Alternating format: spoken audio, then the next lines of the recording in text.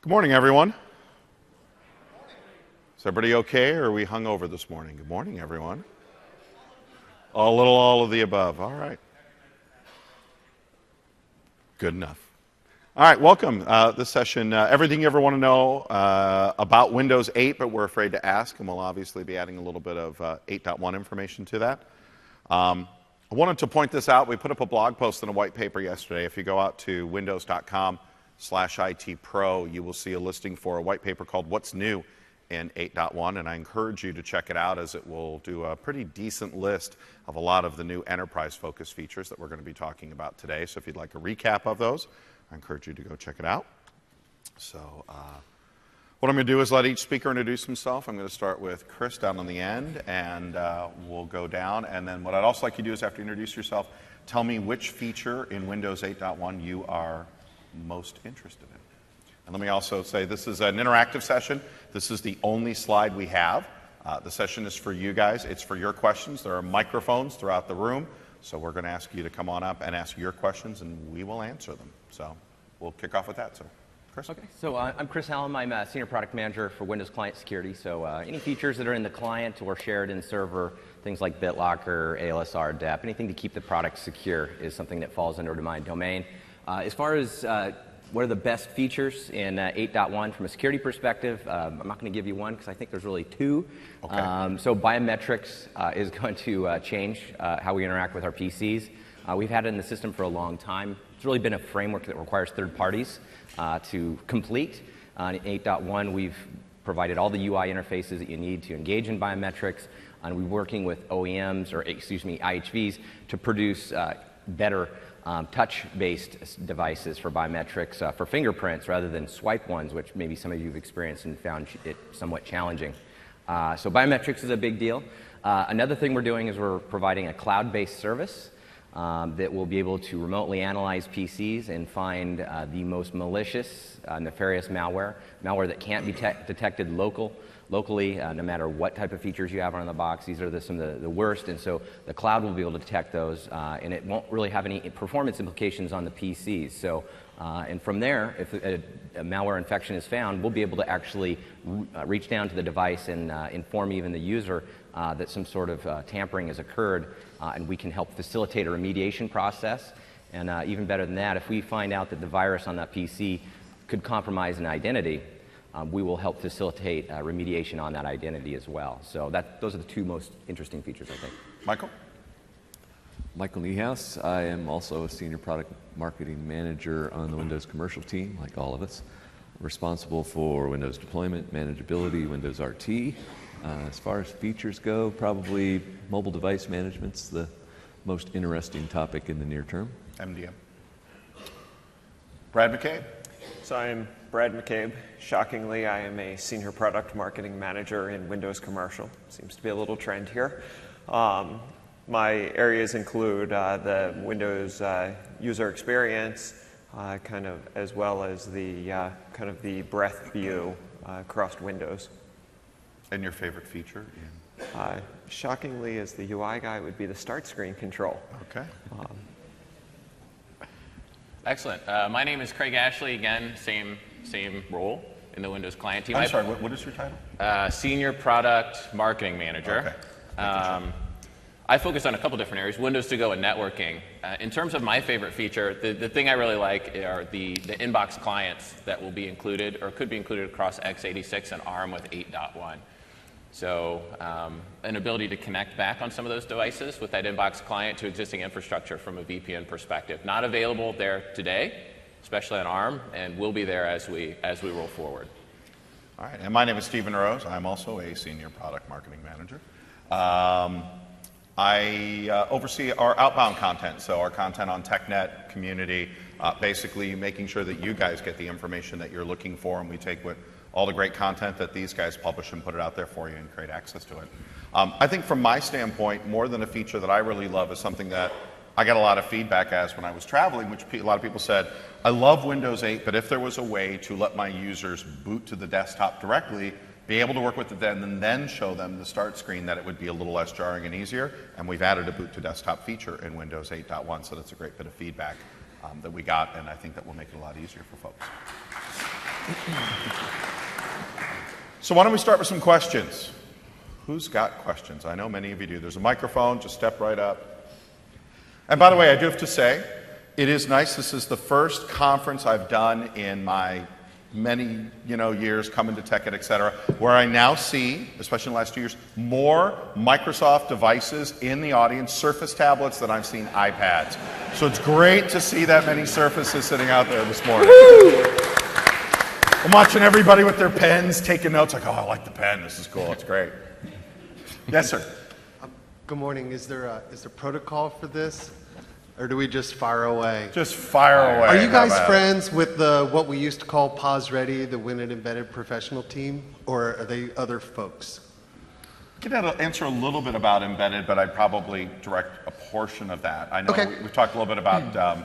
So I'm Drew Engel with the Home Depot. I am actually deploying 2,500 Lenovo Tablet 2s on Windows 8 starting this week. Woo! And we are very excited about it to be early adopters and put them into the hands of our store managers.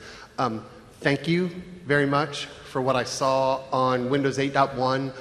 Being able to control the start screen, the app layout.bin XML export in Windows 8.0 was head banging up against the wall for about 30 days. So how you guys are going to be able to allow us to be able to put my line of business apps front and center instead of Bing Sports front and center is going to be something that's going to be very valuable for us in the enterprise. Excellent. Really like it.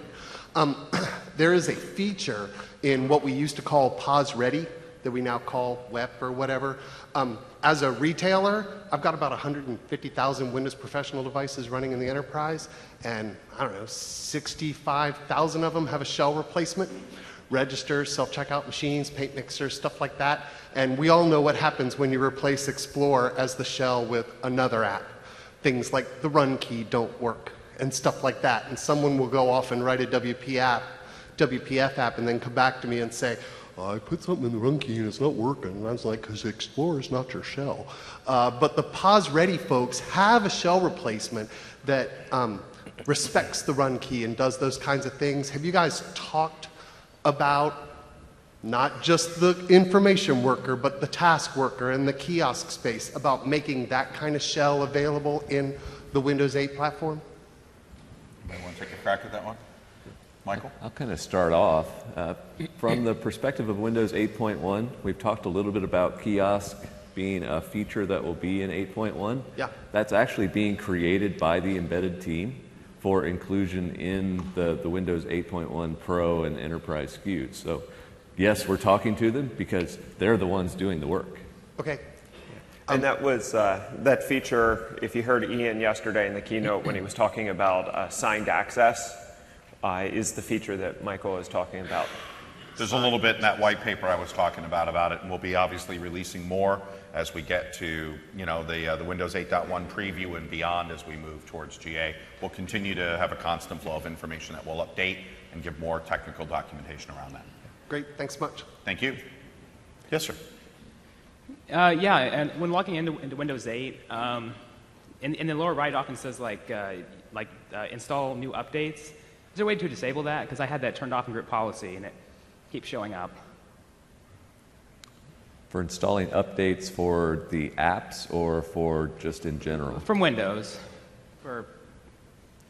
There is a policy that can be set to turn off the Windows Update altogether. Yeah, which I had that set, but it still shows up in Windows 8. So. Yeah, that's what I'm wondering. Is there something else I can turn that thing off, or some way I can clear that bit or something? Because I think it, like when it's imaging, then it must check out and. There's a hyperlink feature right below Windows Update on the right-hand side where it tells you this policy blocks it. You can still click the hyperlink. Yeah, why don't you? It'd be great if you're sharing this. We want to make sure everybody can hear it. Thank you. What he's referencing in the Windows 8 update feature is even if the group policy blocks it, there's a hyperlink in blue text right below the Windows update where you can still click it and it'll still allow you to get updates. And that's what he's referencing.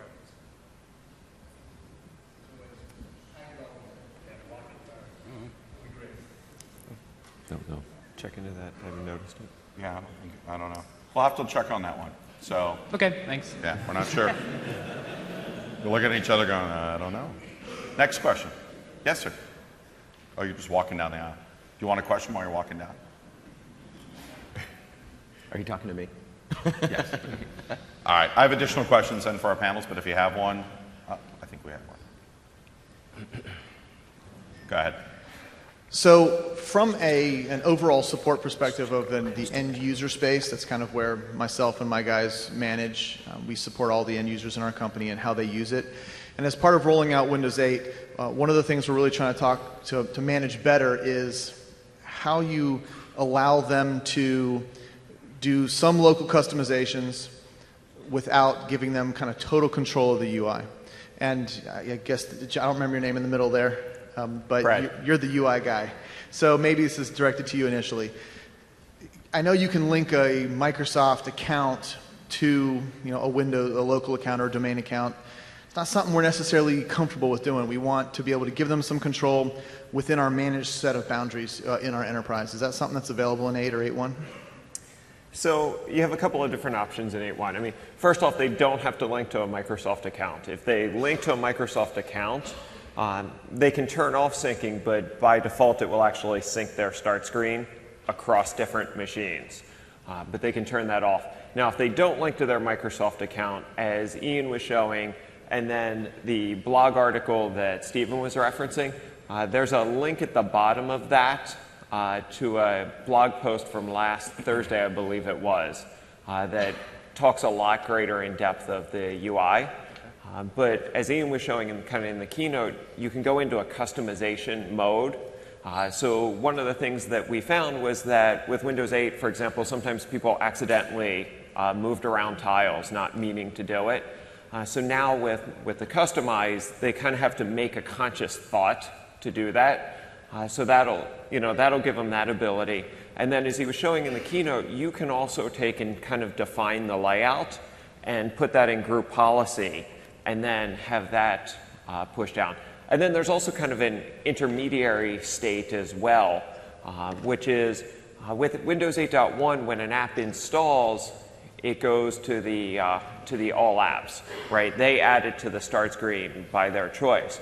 But you can push a group policy where you can list all of the app IDs of apps that you want whenever they're installed to automatically go to the start screen. So if you have a particular line of business apps and you say, well, I want them to customize it, but I want to make sure that apps A, B, and C always show up on the start screen, you can define those in group policy. So then if they go to, say, a self-service portal like Intune, and they do their install on their own, that app automatically shows up on the start screen.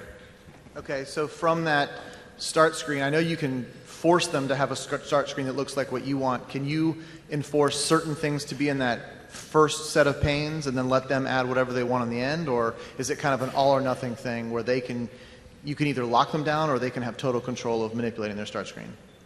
If you take control of their start screen and you push down that layout file, whatever layout file you push down is the start screen that they will see. Or, like I said, you could give them control, and you could then list apps that you want to make sure show. But if you give them control, the grouping, they can group however they want. Got it. Thank you. Yes, sir. Yeah, we're testing out Windows 8 for incident reporting, and we have access points with hidden SSIDs. And when you go to different access points, it seems that you have to recreate the wireless profile. Has anybody addressed that at all? So when you go, I guess so I understand, when you go from access point to access point, you have to Yeah, even though it has the same hidden SSID and the same password, you have to recreate that. You have to reconnect and refine that hidden SSID. Yeah, the default action should be if you click the connect, the button on the left, which is connect automatically each time, to access that SSID. Once you have it in there, it's a network each time. Okay, so the default action should be that you guys had that box clicked and you're not receiving that similar functionality. Correct. Again, that's the default action. If you want to hang out, I can hang out afterwards and we could talk more a little bit about what's going on there. Okay, thanks.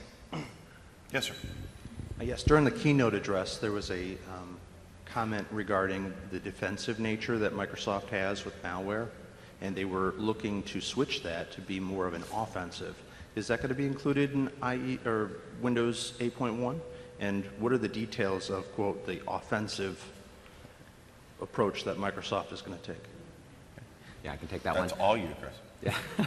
Can be a long answer, so I'll try to summarize it as quickly as possible. So if we look at, if we roll back the clock to Windows XP, and we all probably remember what happened then, we had Code Red and Slammer and Blaster and all these things. That was a big wake-up call to Microsoft. And so our engineers got together and they defined plans that literally were going to require about 10 years to really fully complete. And so Windows 8, we believe, represents kind of the culmination of implementing some of those defenses.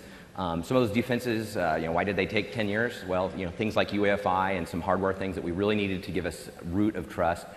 There wasn't the will in the hardware industry to invest in those 7 years ago. It really took up until recently. And so anyway, the net is 8 really represents the culmination of a long series of defenses.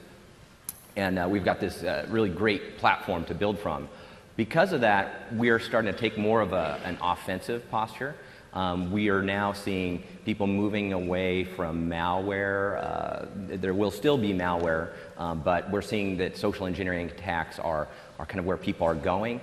And we see public key infrastructure being a high-value target that people are going to probably try to attack at scale. And some of the features that we're delivering in 8.1 are an attempt to head them off at the pass. So we see that as kind of an offensive approach, trying to block those attack vectors before people attempt to exploit them at scale. So I hope that kind of answered your question. As far as the features that are relevant in that area, I think that there's a couple. We're delivering a service in the cloud that will look at the reputation of certificates that are being used in the public domain. So when you go to a website, let's say you go to Microsoft.com or Google or Apple or whatever, you're going to receive a certificate that basically says, this is my identity, and the browser is able to say, yep, that's Google, and you'll probably remember in your address bar it'll show as green, right? So that gives you a lot of confidence that that's a site. Well, if you remember a news story about a year and a half ago, there was a certificate authority named DigiNotar. So DigiNotar issues certificates for Microsoft, Google, Yahoo, and et cetera. Well, somebody called up the people who work there and said, hey, I'm a representative at Google and Yahoo. Here's all my information to validate who I am. And they issued their private keys, which are the keys of the kingdom, to this individual, who then set up a website, redirected traffic to it, and impersonated Google, right, and Yahoo and a number of others. Well, what did they do? Well, they provisioned malware to the users who visited these sites. They stole the identities of these users, et cetera, and so forth. So this cloud-based service will have the ability to see fraudulent use and issuing of certificates in the public domain. And we see that kind of as a very offensive move, because people aren't really using those attacks at scale, but that's probably where they'll try to go in the future. So anyway, I hope that's a long story short. Excellent. Yes, sir. One big problem a lot of my end users have been having is they work in the field and they use cellular connections on their Windows 8 tablets and stuff like that to connect. And when the computer goes into hibernation mode or then they put it to sleep, the cellular connection doesn't come back when it comes back awake. And I was wondering if Microsoft has actually looked at that issue and addressed that issue, because the only way to get it back is to pretty much shut the machine completely down and bring it back up. Who wants to take a crack at that one? It was hard to hear that question because we had a phone that one of our speakers forgot to turn off, and it was ringing here, and it was hard to hear. Can you repeat that? Yeah, can you repeat it? Sorry, hear we either, got actually. distracted. I apologize. A lot of my end users use their tablets on the road and they use cellular connections. Okay. And when they put their tablets and laptops into like hibernation mode or just pretty much just put it in standby, when it comes back, the cellular connections aren't coming back at all. And this seems to be an issue across the board. I've seen with quite a few other people as well. And I was wondering if Microsoft has actually looked at that problem, because the only way to get it back is to do a full shutdown on the tablet or the laptop and bring it back up in order to get the cellular connection back. What kind of device are you using? They're using Lenovo's, Samsung's. We have some Dells out there, and they're all having issues. Okay. Anybody have anything on that?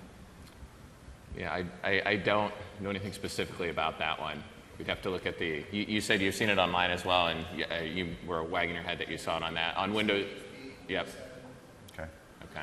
What I'll do is I'll put up my email address at the end. It'll be a question I'll have you send to me, and we can run it through engineering, see if there's any KBs on the things we know, and if our partners who are also doing those laptops have any fixes in when the cellular connections are connecting to the chips, et cetera, we can take a look at that. Yeah, when we contact the OEMs and stuff like that, they pretty much just give us the runaround, and it's all Microsoft's fault. Okay. All right. Well, I'll have you connect with me directly, and we can take a look at it. So we're happy to be sort of a point of contact for you. So come see us after the session. Yes, sir. Can you explain the thinking behind BitLocker between RT devices and non-RT devices? What was the decision to include it or make it optional in those devices? That'd be you, BitLocker.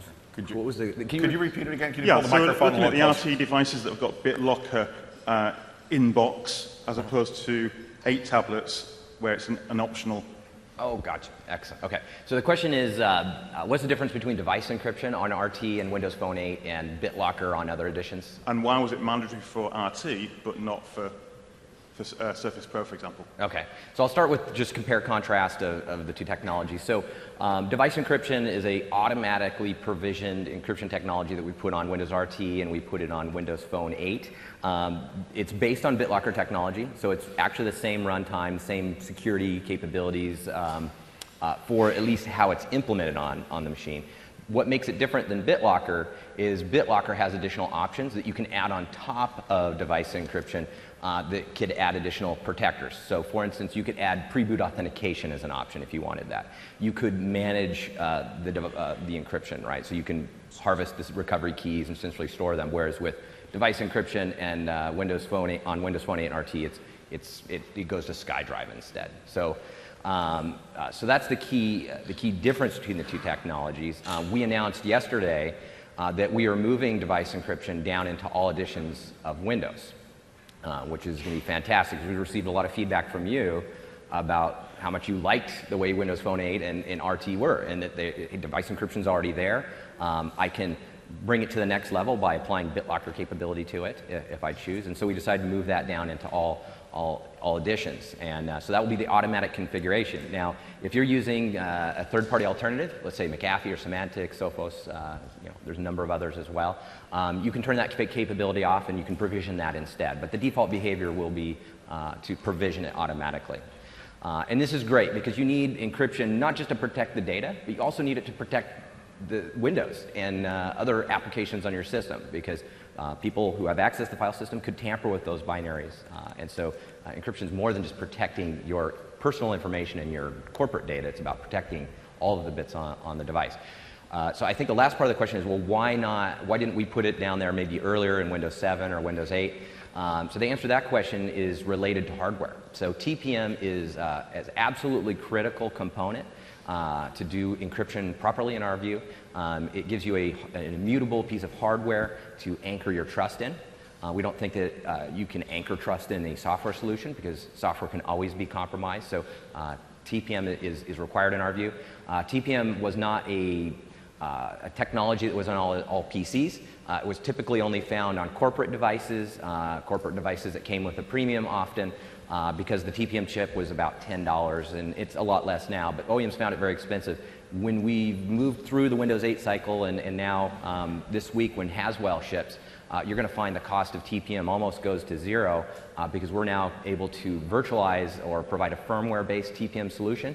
Haswell processor line, like the Atom processor line, and similar to ARM processors, have a security component. In the case of Haswell, it's called Platform Trust Technology.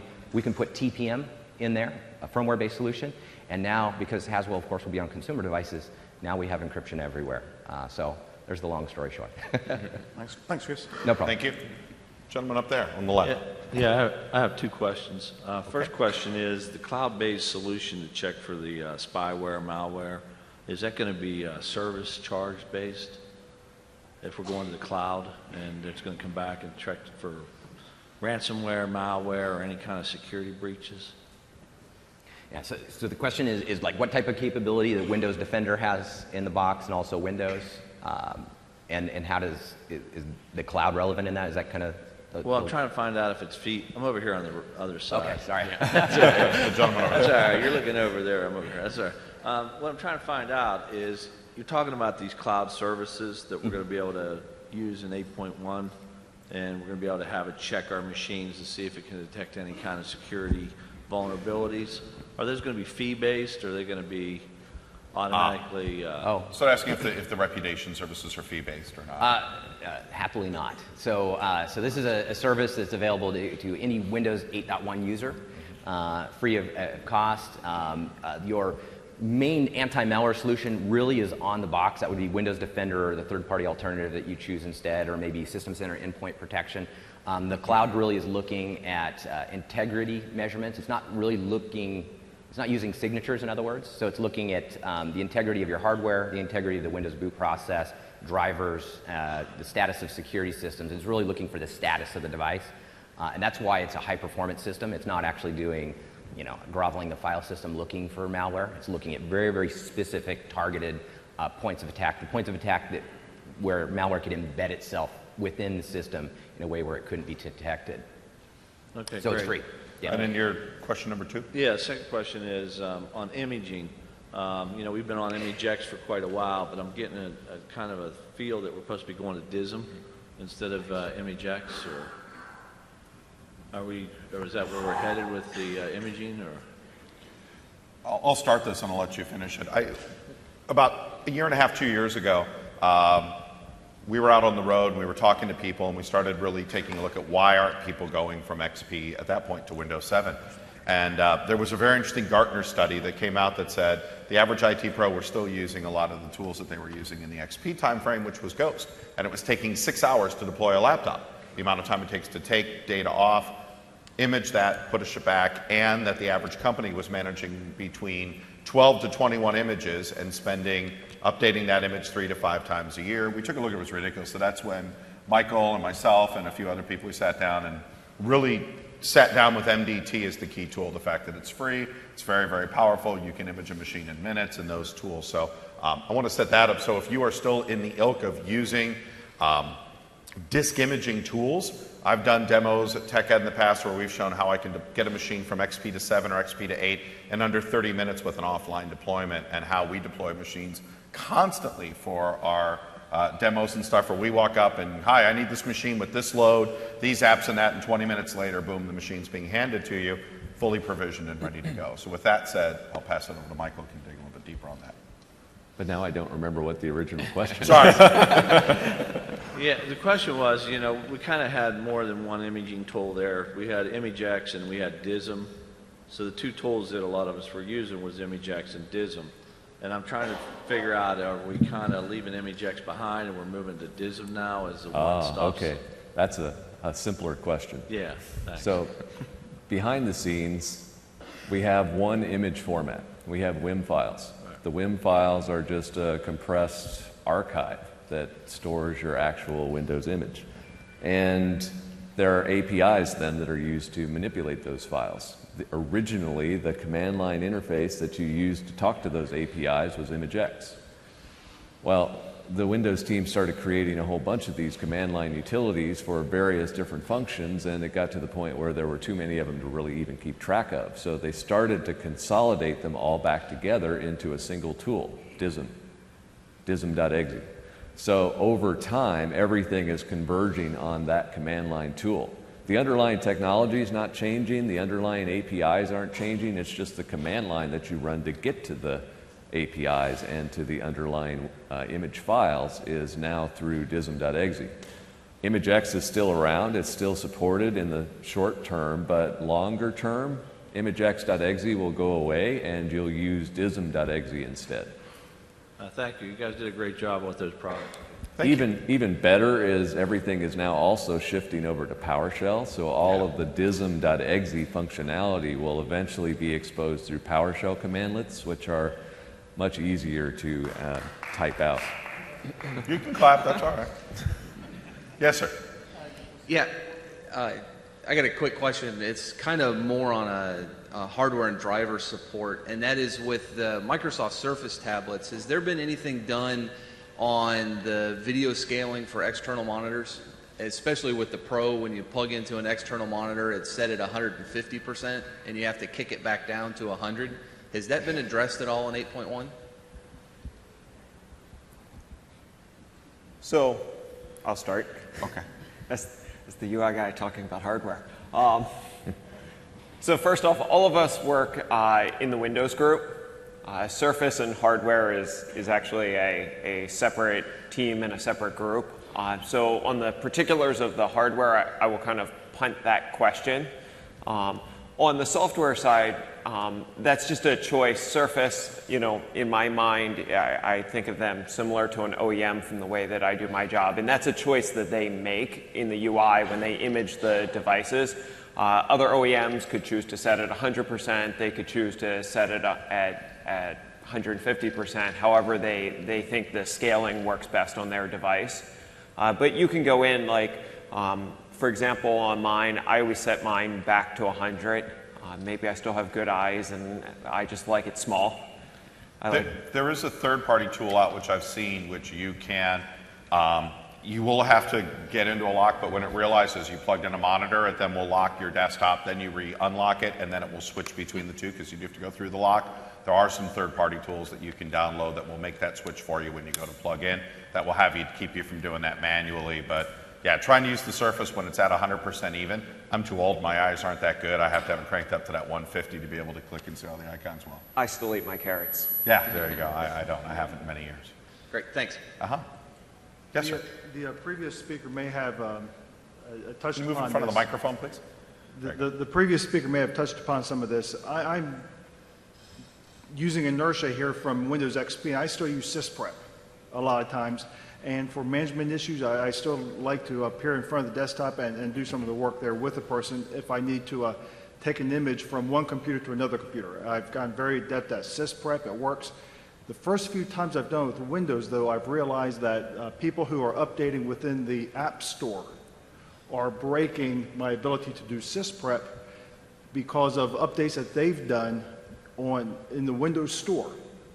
And I've gone online. Apparently this is a known issue, and there are things that you can do. You have to roll back or whatever.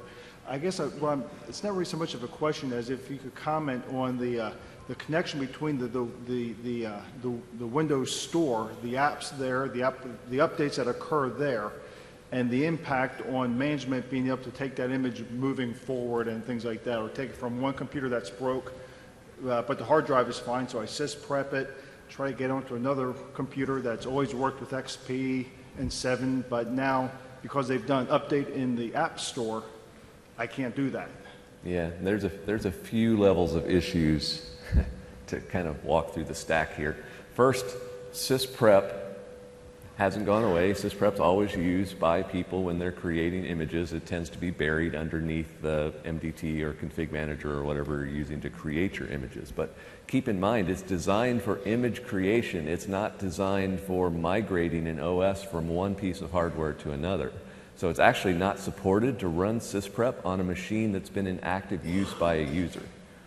So that's one part of the challenge. Ignoring that part of the challenge, let's talk a little bit more about the apps. I actually have my next session in room 288 right after this, talking about the way Windows Store apps work. And the way Windows Store apps work, if you install them from the store, they're installed per user. And there are restrictions in sysprep that say you can't sysprep the operating system when there are per user installs of apps that aren't provisioned in the OS. So anything you install from the store isn't provisioned in the OS, so as a result, you can't sysprep it. It's kind of a defensive thing. It's telling you that what you're trying to do is going to result in something that doesn't work. Because when you run sysprep, it effectively destroys all the local user profiles and uses the administrator profile to become the default user profile. So those apps that are installed wouldn't work anyway because they're effectively deleted as part of the sysprep process. So it's working as designed to tell you that you shouldn't be doing this as part of sysprep. You shouldn't be installing apps from the store. You should only have provisioned applications in your image.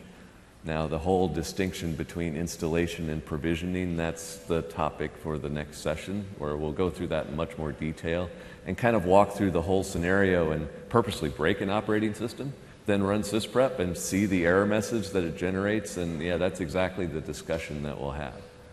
But that's really what's going on, that you should probably think about other ways of moving an operating system from one machine to another. Say a piece of hardware fails and you want to transplant it in a new machine. Running sysprep is generally not recommended in that situation. Thank you. Gentleman up top left, and then you. Hi. Curious if you see Windows moving to an even more aggressive release cycle.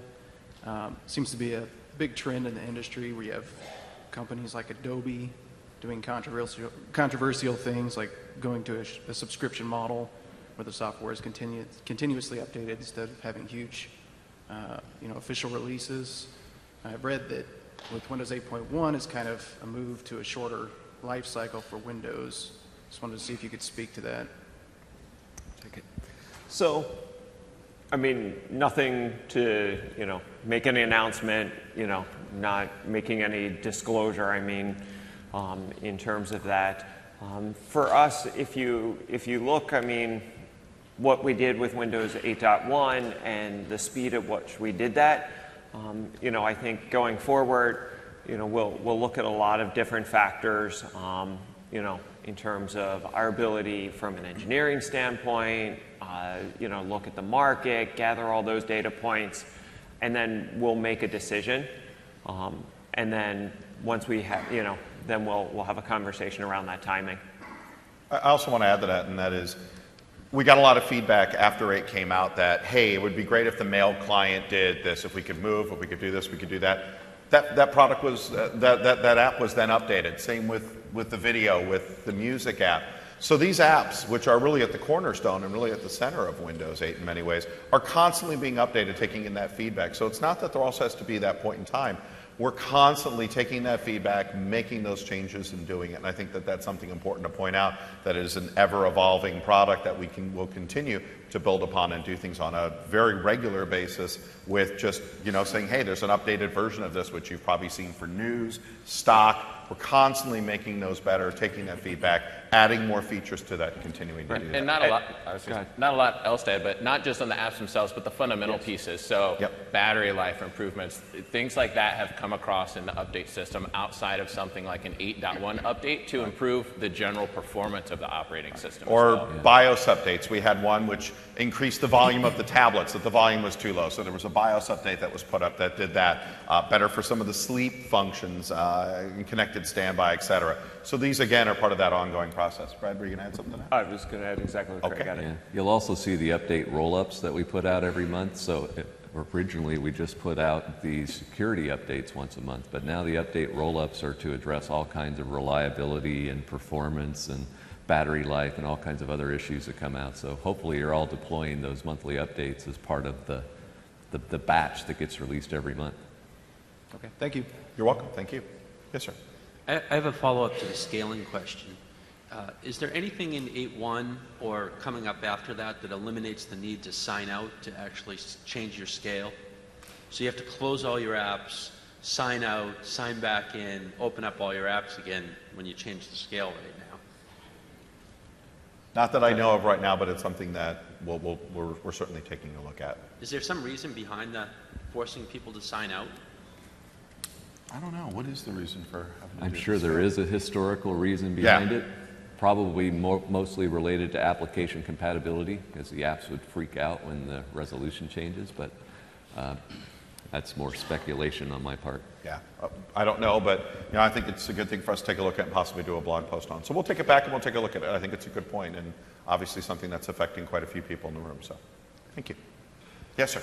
Hey, how are you guys doing? Good. I work at a university, and getting back to the security and antivirus question that came up earlier, we're in the process of deploying 3,000 Windows 8 Enterprise machines using it as I'm standing here. Thank you. And the question I've got is Defender built into Windows 8. So we've looked at all kinds of antivirus clients, and my goal is to have the fewest points of failure. So if we can move off of a third-party antivirus to something built in, such as Defender, that's the way I want to go. We're looking at endpoint forefront security as a snap into our system center console.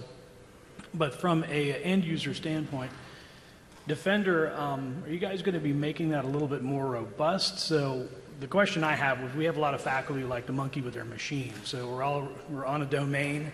A lot of them like to take their machines off the domain. A lot of them like to schedule scans so that all of our faculty take their machines into the classroom with them, and they don't want a scan popping up in the middle of a lecture.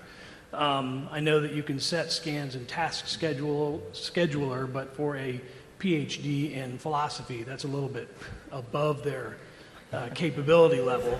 And so I wanted to know if, like we're using a Semantic right now. In Semantic, you can set scans, custom scans, when to scan, when not to scan. Are you going to add that into Defender right into the client rather than having to do, task scheduler builds? That's a good question, actually. Sadly, I do not have an answer, but just to be clear, we're talking about a situation where the user is no longer connected to the domain and can't receive policy from SCEP. Mm-hmm. That's correct. Yeah, I would have to look. I would have to look that one up. I think that it is all based on tasks at this point, so we can take that as feedback to maybe provide that in the UI down the road. Yeah, and then getting back to the store question, we had. So when I build my images, we don't actually deploy them over the wire. We work with our OEM vendors, Lenovo. So basically, we build an OEM box, give it to them, and then they manage or they image it for us. And one issue we ran into with I build all of my images in audit mode, put everything in there, customize it, come out of audit mode, and then image the box. And what we're finding is that everything works except when we join the domain. Once we join the domain and the domain profile is created, then the Windows Store breaks. And what we found is that it's not doing the internet temp file is not pointing to the new profile. And I don't know if anybody else has seen that. We know the workaround now, but I just wasn't sure if that was something that people widely know. Yeah, the only issues that I've heard that were similar to that are related to the group policies being applied, especially group policies that apply security templates. Okay. If you apply a security template that messes with the default ACLs at various points on the drive, because there are some new SIDs that were created for Windows Store apps, that can easily break the store. So generally we would say, well, take a look at your GPOs, especially the security templates. Consider creating new ones for Windows 8, and then just start adding things back in until you figure out, well, this is what broke it. The security templates is going to be the #1 candidate for that.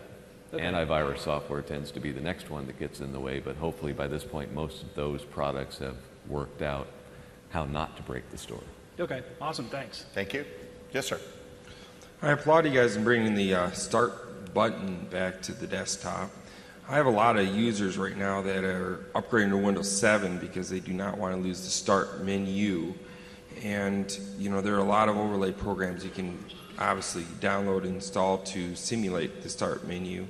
But have you guys thought about, the fact that a lot of my companies I deal with do not want to retrain their employees to reutilize Windows in general, and it just becomes literally a pain in the butt to control that. Is there a way that in enterprise or whatever you could actually recreate that? So I think we've heard a lot of feedback. You've seen a little bit as you look at the blog post and some of the things that Ian demoed yesterday. I would encourage you on the UI. We will do, as Ian was talking about in the keynote, we will do a full UI demo at Build where we'll really dive deep in that in about 2.5 weeks or so. So I would encourage you to take a look at that and make your decision based on that. I think you'll be very, very happy with what you'll see there. Well, I'll be in the room, trust me. Are you going to Build? Yeah. All right. Yes, sir. Yeah, why is there no on-screen keyboard for BitLocker pin input? So that's an excellent question, and this is a really long answer, to be honest. So when we look at, you're talking about tablet scenarios? Yeah, because my bosses keep asking for tablets and stuff, and I'm like, well, for password stuff, that's problem initially? Yeah, so the way to answer this question is you have to roll back the clock and ask the question, why do we have pre-boot authentication on devices anyway? A lot of people have forgotten, like we just always have pre-boot, that's required to be secure.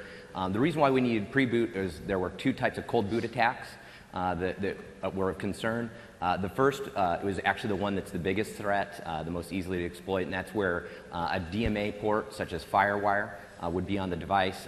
Anytime you have a FireWire port, you can basically plug in something into it, and you can dump all system memory, and then there's a tool that within a couple hours can go find the encryption key of BitLocker or even other third-party products out there. So DMA ports are kind of a bad thing, and FireWire is pretty much gone, at least from new devices, and we've moved to USB 3.0. So because DMA ports are no longer really shipping on devices, at least in mobile in particular, because of the risks of them, that's one reason why we don't need pre-boot, at least one reason. All tablets, in fact, that meet the connected standby certification requirement are not allowed to have a DMA port. So there's no chance of them being on those connected standby devices. So you don't need pre-boot for that. The other attack vector is where somebody freezes the memory on the PC with Freon or a cryogenic chamber, and then they remove the memory physically and they put it in a special reader that they had, and then maybe they could get the memory that way. And the video shows success there, but the reality is as well that video shows a successful attempt. You'll actually find that that's incredibly unreliable. And so to actually pull that off reliably on a device that was lost or stolen is pretty unlikely. The Department of Defense, not the United States, but another country, actually I won't name it, but they did a detailed report where they actually executed that attack on a number of PCs, and they found it so unreliable that they decided not to protect themselves against that threat because it's just like unlikely. So to net it out, with a connected standby device, we don't have DMA ports, and in that case, we actually have memory that can't be removed either. So that attack of freezing the memory won't work even on that anyway. And so for that reason, you do not need pre-boot authentication on a tablet. If you have an older laptop that has FireWire, if you're worried about the memory attack, you need to start thinking about pre-boot in those scenarios. So how does that make you feel about pre-boot on tablets? I don't know. You don't know? Okay. You need a little time to think about it. This is a complicated one, and we're actually working on a paper about this. This is a pain point because it's really hard to articulate this in 2 minutes. So I look forward to publishing that so you can get the full view of this. I'd like to see that. So thanks. Yeah, and I'll be happy to talk with you about this. We have a session next hour for BitLocker, and I could, in fact, I'll go into this in some detail there as well. I'll also say if you're unable to attend Michael's session or Chris or any of our sessions, we're also, pretty much most of us are at the booth most of this week, so you can come down to the Windows client area. We're there. We're happy to sit if you're a little too shy to get in front of the microphone, which I've never heard of an IT pro that's too shy to get in front of a microphone, but if you are, you're welcome to come on down, and we're happy to sit and chat with you and answer more questions or sit down at any one of the PCs we have and go through those resources, so feel free. I'm not sure which order we got into, so I'll do back, and then you, so all the way in the back. Okay, I have multiple users that are on one machine at a time, and when they go into the App Store, they have like 20 updates that need to come down per user. Mm-hmm. And there's no way to automate that I know of on there. Is there a way that you can automate that the updates get installed and don't have to count on the user to do that? With Windows 8.0, no. With Windows 8.1, yes. Thank you. It was a big piece of feedback from a lot of people that we got, so yes. Yeah, with 8.1, there'll be a policy where you can just say to automatically install the app updates. They'll still be downloaded and installed per user, but at least the user won't have to go into the store, click on updates, click the install button, which can happen multiple times per week. So yeah, it can be automated now. Okay, that's great. I have a second question really fast. Yeah. I have, when you are in there trying to do an install, or if I do a file explorer to a user's count on there, I always get the UNC or the U whatever to ask permission, and I'm logged in as the domain administrator. Is there a reason for that it keeps popping up for me to keep going? So it's definitely a security question, so I should answer that. Yeah, so what's happening is when you run Windows 7, or actually Vista and above, what's happening is even if you're an administrator, you're actually running a standard user, whether an administrator is local or even a domain admin with local administrative privileges.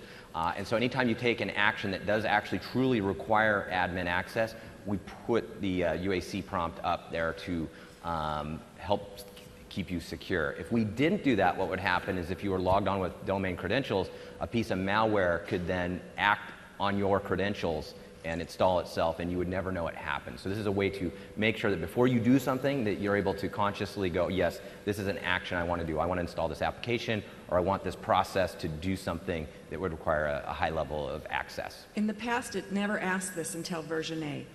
Until version 8? Right. As when I was logged on as the domain administrator, I could do anything I needed to do and then get in and out. We've changed some of the policies. The default behavior is a little different. I don't recall the exact. Yeah, I think with Windows 7 and Server 2008 R2, the default was for the domain administrator account and the local administrator account to have UAC off. With Windows 8 and with Server 2012, UAC is on for all accounts. Even if you go into the control panel and slide the slider all the way over, UAC is still on for those accounts. You could turn it off via a local policy to get that old behavior back, but we wouldn't recommend it. Yeah, that's right. Now I recall there's an extra slide to the left that allows you to turn it off in the UI in Windows 7 and earlier, and then in Windows 8 we actually took that away. And so now the default actually is always to have UAC, but again, you can disable that, but we think that's a really bad idea. Okay, that answers it. Thank you. Okay. Top left, yes.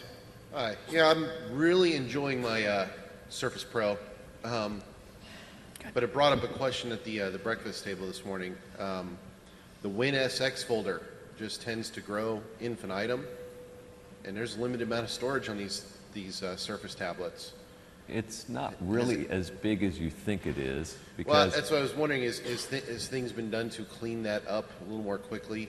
Yeah, there have been some changes to clean it up, because we have recognized that, yeah, as updates get applied, we install new versions of the components. The new versions go into that folder and then end up getting hard linked into their actual location. So don't think you can ever go into that folder and start deleting things, because you can't do that. You will break Windows in the process. But it also comes up in imaging scenarios. So as you're creating your image, you apply all your updates, you sysprep it, you capture an image, you may have 2 or 3 different versions of components present. So with Windows 7, there were some added DISM command lines to do a component cleanup. I forget the exact command line option, but it's something like /start component cleanup. It's the typical long DISM command option. With Windows 8.1, there'll be another option added to DISM to say reset base, which allows you to get rid of the original versions of the components. That was something that wasn't possible with Windows 8. With 8.1, you can get rid of the original ones and get the size of that folder back down to pretty close to what it was with the original operating system install. So they're definitely doing some servicing work to get that size down. And you'll actually see, as part of the update process to go from Windows 8 to 8.1, when you install that update, it will go through and aggressively clean that up. And you may actually find out after upgrading to 8.1 that you're using less disk space than you were before you installed 8.1. So you'll definitely see that coming through. That sounds good. Is there going to be a way to automate that? Well, you can certainly run the DISM command line options. You could schedule a task to do it if you really wanted to. So yeah, those options will be available. I'm not sure if that will be done automatically, ongoing for Windows 8.1 machines, but it certainly could be something you could automate. Okay, I mean, just an idea, because a regular PC is so much hard drive space, you don't really worry about it. But when you're talking SSD drives are still really expensive. So having it eaten up by previous versions can be painful. Yeah, and that's basically the logic behind the new reset base switch that was added is, well, let's do everything we can to clean out all of the growth over time. Another quick recommendation I'll make to you is, number one, you have SkyDrive. There's great SkyDrive integration in 8.1, so moving some of your documents, that'll be good. And you can also add a micro SD. I put all of like movies and stuff like that when I travel on a micro SD, and I actually move it between my PCs. And that's a great way because that tends to all eat up a lot of space too. So look for things like that, pictures, movies, things like that, and that will also help to keep it thin as well. And SkyDrive is just a great way. I put all that stuff in SkyDrive. It's on my phone, and as I move from device to device, everything's right there too. So. Cool, thank you. Yes, sir. Hi. I work in education, so I was curious if Microsoft offers some type of training base for Windows 8 to lower the level of fear that teachers are having moving to Windows 8 that I can direct them to. I think there's a few things. Number one, there's a great app for Windows 8 called the Windows 8 Handbook that I'm a big fan of. It's a free app. You can download it. It has cheat sheets on the keyboard shortcuts. It has a video on how to do all the key features. It's great because it's just like, hey, spend an hour, go through this, you'll feel comfortable. Number two, there are a lot of great online classes. We have the Microsoft Virtual Academy for IT pros to teach you how to manage. We are doing IT pro camps that we work with the evangelists that are out in the field. We have lower levels that are being done through the MTSC, which is the new IT pro user group, which they do general, come learn Windows 8.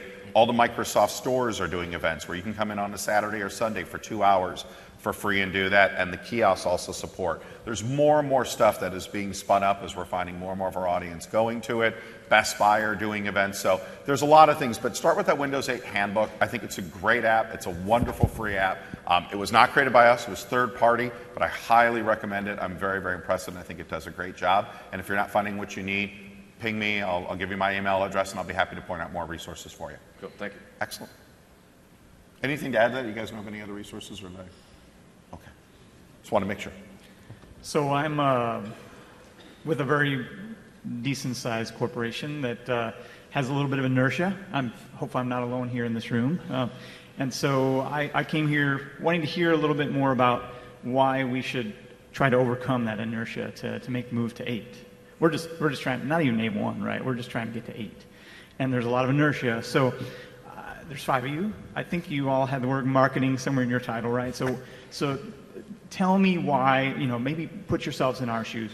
What would be a compelling reason for me to move my organization to 8, to overcome some of these things like we're talking about UI issues, and there's a lot of there's a big hurdle to get over there. So why take that step? I bet you we all probably have a good reason, so I'd love to go down on this one. 5 is better than 1. Yeah, no, absolutely. So let's share the love around. So first off, we all tried to take the marketing hat off. So thank you for letting us put the marketing hat back on.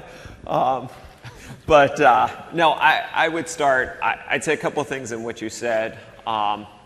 Before I get into reasons, talking about inertia and going to 8.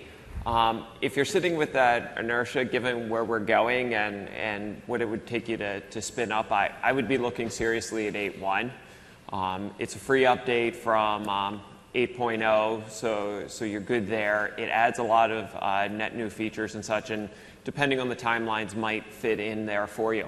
But having said that, for me, if I had to pick one, and I'm sure others will pick different ones, tablet is a really big driver. I believe, and if you look at a lot of the customer videos and a lot of the case studies out there, you'll hear customers themselves saying it, which is, we have the best business tablet out on the market right now, right? Whether it is the deployment and the management that Craig and Michael have been talking about, or the security that Chris has been talking about. I mean, tablets are huge for a lot of organizations. And bringing them in, you have to think about all of these things in your organization, right? Because you still have to manage these devices. You still have them there. You still have to secure the data that's on them. So for me, that's one of the main reasons. If I had to generalize, because I don't know a lot about your business, but that's one I would drill on. And I think these guys might have others. Well, let me add one thing on that. There's this a mentality that we've had with Windows for a long time that when we decided to go to Windows XP back in the day, it was like, hey, we're moving everything to XP, and that's the one platform we're running. When we go to Vista, that was it. When it was 7, that was it. When we move into 8, you don't have to make a choice between 7 and 8 necessarily. It actually can be all of the above. And I think that like tablets are like the tip of the spear, right? Those are going to come in inherently, and so you should be thinking in terms of, hey, we're going to be supporting Windows 7 and 8 in parallel, or in 8.1 will of course replace 8. But before I talk about security, I think there are other parts of the value proposition. Maybe we can talk about your area, Craig. Yeah, I was just going to add the one more thing. We talked about tablets, and the other one we talked about, and a great point, 7 and 8 together, Windows to Go, if you're familiar with that, bootable Windows on a USB, so you can use that across Windows 7 or Windows 8 certified PCs. Yeah, so I'll use the more up-to-date Really certified one here, since we are marketing. This is a great thing that could be deployed if you have 7 running on all the laptops. You could deploy Windows to Go and give it to BYOD for contractors. So it's a great scenario. It can be managed similarly to the way you're managing Windows with SCCM 2012 SP1. So it's one of those great scenarios that can be deployed hand in hand with you when you have 7 and 8 running together. So again, a scenario similar to tablets, which is great with Windows 8. Right. And I'm going to jump in and take 2. Because he said BYOD, and for a lot of organizations, that's another driver, right? So you might still have, as Chris was saying, you might still have a lot of Windows 7, but now you've got certain groups or certain pockets that you're looking at BYOD. Personally, you'll probably be shocked to think I prefer to call it BYOWD, but for bring your own Windows device, but that's my little bias. But as you looked at a lot of the things in the keynote yesterday with 8.1, like workplace join, and some of the enrollment that can be done there where, the selective wipe functionality that they demoed. But also, one of the things we talked about yesterday was that with Windows 8.1, we've actually opened up the management stack, the MDM stack. So if you have MDM investments like Mobile Iron or AirWatch that are already in place in your organization, with Windows 8.1, you could use those to manage your tablets, your BYOD devices. We did it on RT, but we also did that in the x86 world. So that could be another possible driver or reason to look at it. I'll add one. I think as you start to move forward, you're going to find that probably the next device that you get, whether it's a laptop, et cetera, is going to be touch enabled. And one of those things is Windows 7 is not the easiest operating system to use when it's touch enabled. Some of those menus are very, very small and very, very difficult to push and make it difficult. I think, with Windows 8, yes, it works on a non-touch device, but once you get a touch device, you really start to see the goodness. I spend most of my time, and probably these guys do too, well over 80–90% on the desktop, not in the not on the start screen. But I do find myself, I now have it when I go through a web page, I want to flick it to go up very quickly. I want to pinch and zoom. I do things that help me to do my day faster, and it makes me crazy when I get to a machine that isn't, and I immediately go swipe out, or I go push up on a web page or do something, and it's not there. I think one of the things you're going to find is as people start to use touch devices at home, as they refresh their PC and as they start to do it, it's those little simple things. I know that I've had people come to me saying when they went from XP to 7, the simple thing like being able to do a split screen, be able to do Snap with 2 different web pages, the fact that they could just right click and had all of those settings there, some of those things, the being able to pin to the taskbar, that those simple things that they had gotten used to doing in 7 they couldn't do in 8 was frustrating, and you're going to start to find that same thing as people start to use 8.1 at home. Find these great little things that help them to do things faster. Windows X, Windows C, things like that they can't do on their newer machines. Windows C they can, Windows X they can, but some of the pull acrosses, resizing, etc., that it will make it more difficult. And you'll find that start to happen over the next year or so. Yeah. For me, tablets just aren't my thing. I mean, I'm not a tablet person. The way I work isn't tablet focused, but give me a touch laptop and I will switch back and forth between mouse and tablet and touch frequently throughout the day. If you think about it, we travel a fair amount. We fly around on various types of airplanes, and it just frustrates me to no end when I get in an airplane that has an entertainment system that doesn't support touch. Yeah. It's just become that natural to reach up and touch the screen on the airplane rather than digging around in the seat to try to find a little controller so that I can navigate through the channels on the airplane. It's getting that same way with the Windows 8 devices now, where if you give me one that isn't touch enabled, it's frustrating. Yeah. So I think that's another one. Anybody? Who hasn't gone? Well, we can turn this into a security conversation. You turn everything into a security conversation. That's why I wanted to go last. At any rate, when it comes to security between 8 and previous operating systems, we're talking about major set investments. Our goal was to deliver the largest set of security improvements in a single release. You could compare what we did between 7 and 8 to what we did between XP, SP2, SP2 plus Vista plus 7 all together. I mean, that's how much funding and that's how many resources worked on that area. I mean, it's dramatic. And if you look at our investment area called malware resistance, if you look at the results we've had there, a 8 system is 6 times less likely to be impacted by malware than 7. 7's a pretty secure operating system, right? But malware is still a challenge there, right? But now you're 6 times less likely to be impacted. If you compare that versus XP, if there's any XP people out here in the audience, here's a great reason to move off of that. You're going to be 21 times better protected on 8 versus what you've got with XP. So that's a very compelling reason. And because of those investments in malware, we now see this change moving over towards identity theft and spear phishing and these types of things, phishing attacks. And so we've put a huge amount of effort into addressing those. So we're moving to biometrics as a way to get rid of the password. Many of you have maybe saw the Wired article where they talked about how dangerous passwords have become because sometimes they're guessable and sometimes they're hackable, right? We all remember when LinkedIn exposed all their passwords in clear text to I think it was Anonymous or somebody hacked them. Yeah. But passwords are a problem, right? And so we're moving away from passwords with biometrics, with virtual smart cards.